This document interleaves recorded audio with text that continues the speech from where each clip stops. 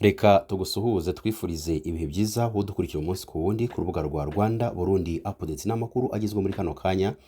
Tugufitiye amakuru menshi cyane ariko mbere ko tuyakugezaho reka duhere kuri iyi ngiyi ivuga ko urukiko rwisumbuye rwa Gicumbi ruraho icyaha cyabereye mu kagari ka Murehe mu murenge wa Giti mu karere ka Gicumbi.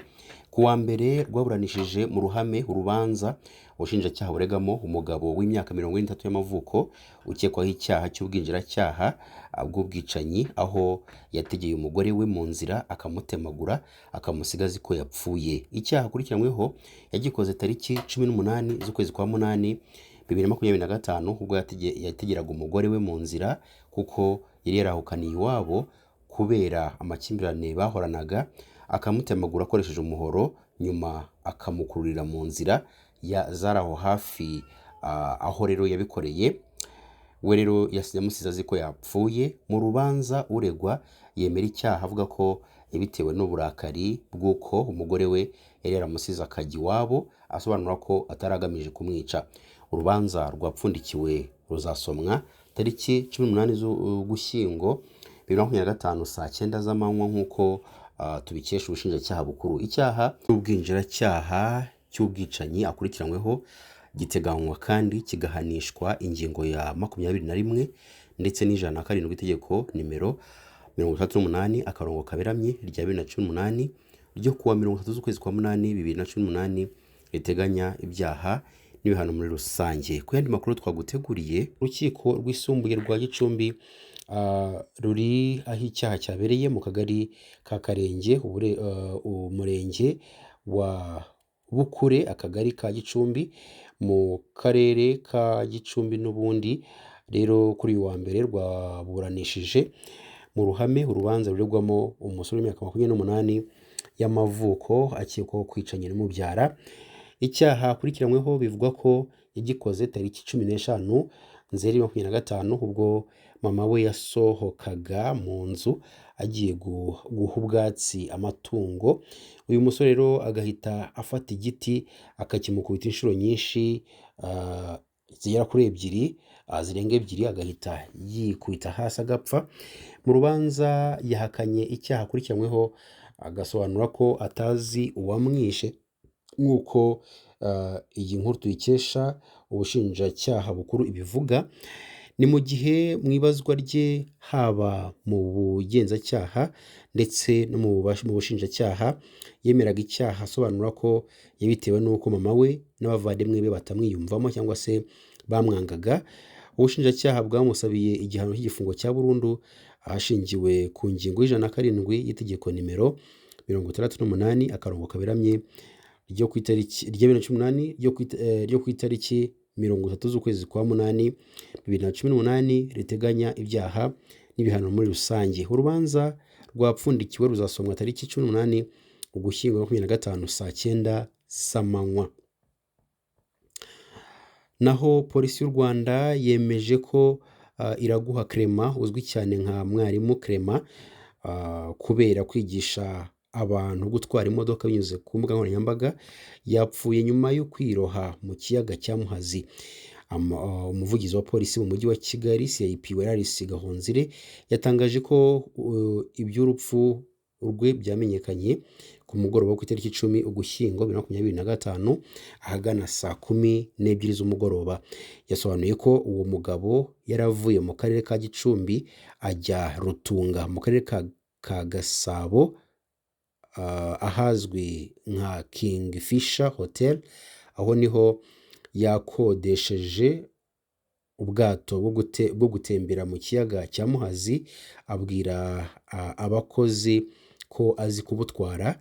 CIP Gahonzire yagize ati yahawe ibyangombwa byose birimo gilet de sauvetage arayambara, ariko ageze mu mazi nko muri metero 50 yakuyemo ako kajire agashyira mu bwato, rero ahita asimbukira mu mazi. Abayobozi b'iyo hoteli babonye ibibaye bagerageje kumworohora, ariko yari yamaze kumanuka mu ndiba hasi.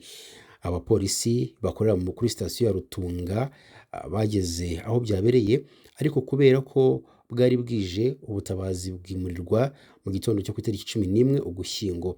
Umuvugizi wa polisi yavuze ko iperereza ry'ibanze ryerekana ko Iraguha yiyahuye ariko rikomeje kugira ngo hamenyekane impamvu yatumye uyu mugabo yiyahura. Gahonzire yagize ati kubera ko yakuyemo ikoti ry'ubutabazi kandi nta mpanuka yahabaye, biragaragara ko uyu mugabo yiyahuye abishaka. Ibyangombwa by'uyu mugabo byagaragaje ko yavutse mu mwaka w'1992 kandi atuye mu karere ka Muhanga. Ikigo cy'igihugu gishinzwe ubuzima RBC giheruka gutangaza ko mu mwaka ushize abagerageje kwiyahura mu Rwanda bagera kuri 602, aho abagera kuri 51.3% bari hagati y'imyaka 19 ndetse na 35. Dr Iyamuremye Jean Damascene ni umuyobozi muri RBC ushinzwe indwara zo mu mutwe, yavuze ko ibitera abantu kwiyahura harimo amakimbirane mu miryango, ibibazo bya mikoro, indwara zidakira n'agahinda gakabije.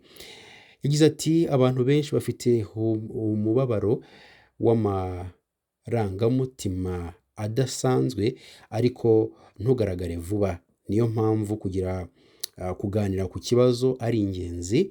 Tugira inama buri wese kudahangana n'ibibazo wenyine kuko kuganira nabyo bishobora gutanga ihumure.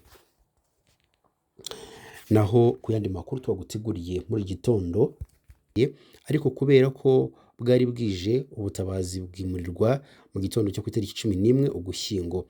Umuvugizi wa polisi yavuze ko iperereza ry'ibanze ryerekana ko Iraguha yiyahuye ariko rikomeje kugira ngo hamenyekane impamvu yatumye uyu mugabo yiyahura. Gahonzire yagize ati kubera ko yakuyemo ikoti ry'ubutabazi kandi nta mpanuka yahabaye, biragaragara ko uyu mugabo yiyahuye abishaka. Ibyangombwa by'uyu mugabo byagaragaje ko yavutse mu mwaka w'1992 kandi atuye mu karere ka Muhanga.